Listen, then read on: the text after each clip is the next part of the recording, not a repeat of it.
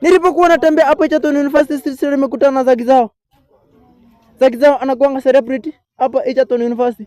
Ukitaka kupata Zaki Zao vizuri, unaingia uko TikTok, una search Zaki Zao, unapata content zako, unacheka sana.